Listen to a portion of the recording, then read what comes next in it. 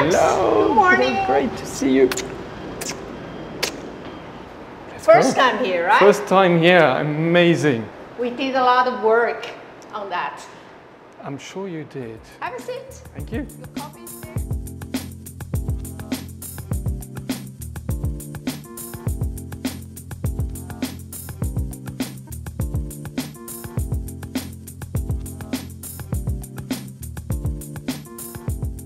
Okay, Max, you have been interviewed by countless media internationally, but have you ever been interviewed by your partner?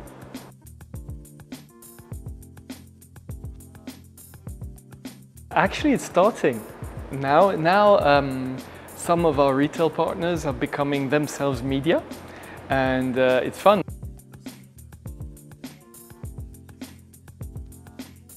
So, do you still remember how we met? I was actually wondering about that. I remember it's 2009. It was a horrible year for me. So we'd already nearly gone bankrupt. So I created a company in 2005 in my little flat all alone for two and a half years. Then 2007, we nearly went bankrupt before we delivered the first piece.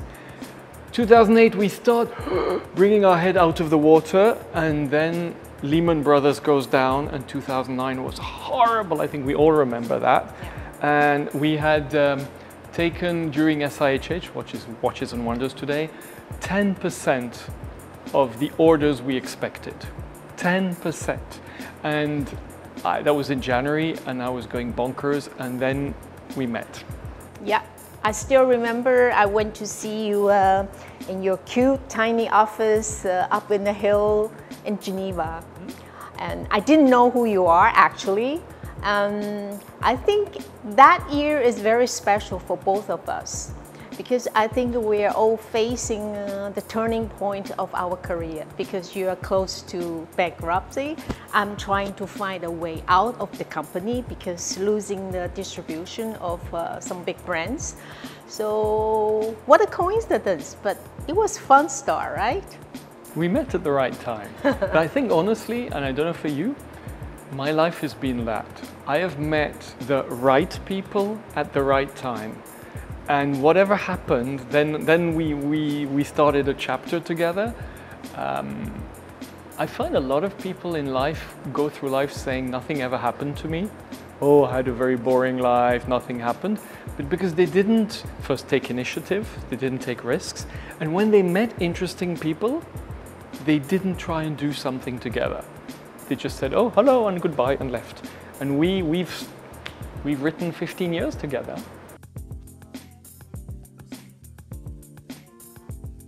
Yeah. So let me tell you something. I remember when I first visited you in your office, you present me a HM1 and HM2. I was officially telling you, oh, it's interesting. But in my heart, in my mind, I said, oh, who am I going to sell, you know? And what kind of a crazy idea that you have, and what kind of courage that you have to create such pieces? I don't know if it was courage. I think I was just completely, in French you say inconscient, unconscious. I don't think that works out well. When I look back today and look at my HM1 and HM2, I look at them and go, good grief, what was wrong with you? But at the moment, it was the greatest watches I'd ever created. They were exactly what I wanted. I had no idea if anybody was going to buy them, but I was okay. And I think that's what differentiates us artistic creators from marketing creators, is that most brands, you'll have tons of people scratching their head going, what do people want? Let's create what people want. And we independent, artisanal, creative people, we don't think about that. We create, what do I want? Wouldn't it be cool if? I think that's what defines today, 19 years later. Wouldn't it be cool if we don't start a phrase like that today, like 19 years ago, we don't do it. And it was like, wow, this is so cool. At the same time, I was terrified because I actually knew that there were very, very few people who are going to understand. But it was okay because And I think we've already spoken about this. MB&F is about being proud. I want to be proud the last day of my life. I want to be able to look back and say, you were bonkers, but you did it. Instead of you played it safe, you didn't listen to your heart, you only listened to your brain. So we really, when I look back, that's one of the things I'm most proud of, is I was completely off my rockers. That is cool. Yeah. Let me ask you a very, not sensitive, but a question I think, I don't know if you have been asked. Do you really believe what you tell people? Do you believe in your heart, or you just make a story up, you know, like all other brands do? That's the beauty, is that everything I say is what I believe in at the moment. Now, 19 years later, the way I see the world has changed a lot. Again, as I say, if I look at my HM1, I'm like, I would never create HM1 today. But when I created it, it was the greatest product I'd ever created in my life. It was what made me decide to create my company. Two worlds coming together, Buser and friends, and the heart starts beating, etc. Today, I wouldn't create that piece, and I wouldn't tell that story. So every time you hear me talk, it's what I believe in. And it's also great because I am not looking to please people who don't understand what we do. You know, I'm not looking to get as many customers as possible. I'm trying to find the person who's as bonkers as us and who actually loves what we do. So what would the point be of talking bullshit? What would that make sense? Because then I would end up with people in front of me who are, I don't want that. Because, you know, we become connected when a client buys a watch. It's not only about buying a watch, it's not a financial transaction. They become part of our lives and we become part of their life. Hence why we also do the gatherings and all these different things. We become part of their story and they become part of ours. So I just want to be with people who share the same sort of values and story. Yeah. So talking about 20 years, it's not short, but it's also not a very long years when you're talking about the watch industries. Yeah. So through these 20 years, what are the creations that you feel you are most proud of and the most you want to share with the audience? Difficult, huh? That's a horrible one, because the watch I'm always, or the creation I'm always the most excited about is always the next one. It's true that I, unfortunately, up till recently, didn't not only look back, I don't look back at all. I've had to, because now we came out with the Catalogue Raisonné, or it's the 20th anniversary, and so we have to revisit. That's not the way I think, and I don't think I would be sitting in front of you if I was the sort of person who kept on looking back.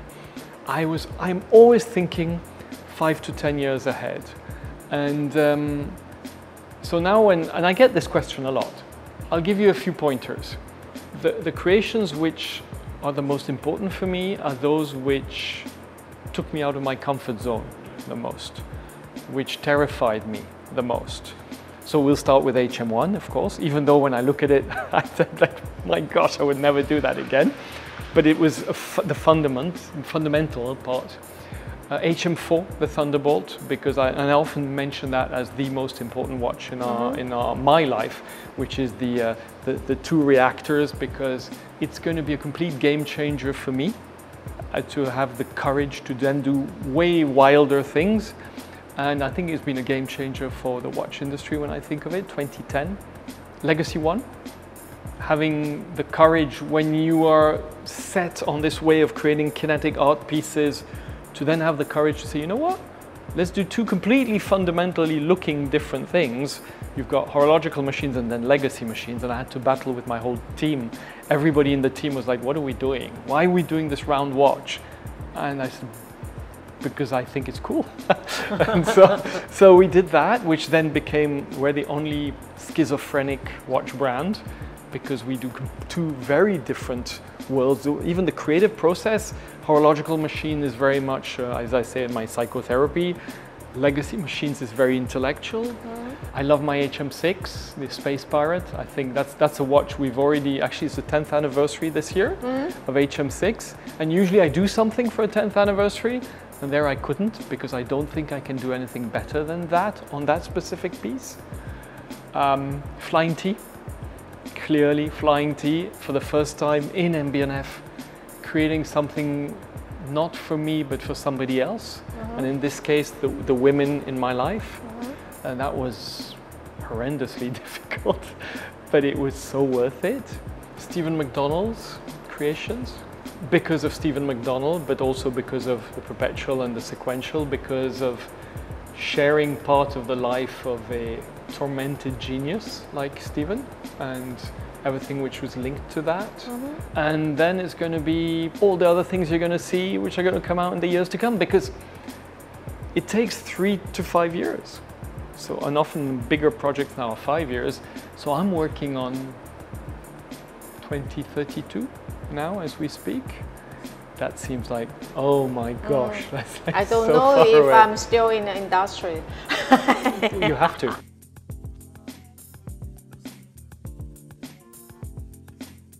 So, I think I have a very important and interesting question to ask. That was I think the hardest topic. You can find it on the social media. It's about the MB&F sold 25% of the share to Chanel. I think it's interesting because I was very amazed that a lot of people thought it was a great idea, because I didn't expect them to understand what I was trying to do. So again, we're talking about succession planning. It's all about succession planning. I'm 57, my daughters are 7 and 11. Serge is 58 and his kids are a little bit older, but just a couple of years. As the owner of a company, one of the scenarios that everybody makes you feel is the most important is that your children take over. But they're 7 and 11. I have no idea if they'll want to work in the company.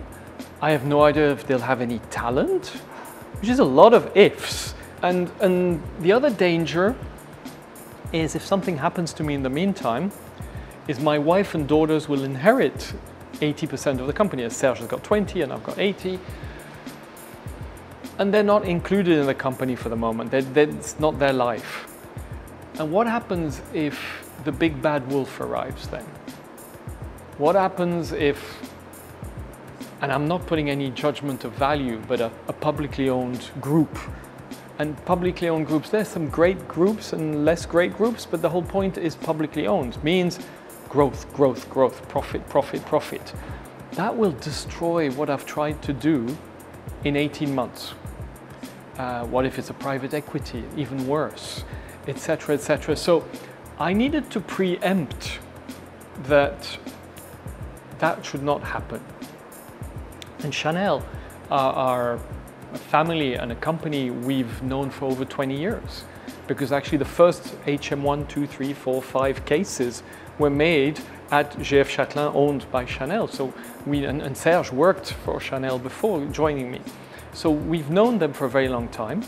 They're a private company, family-owned company, with incredibly long-term thinking, always over-invest, and growth has never been their objective.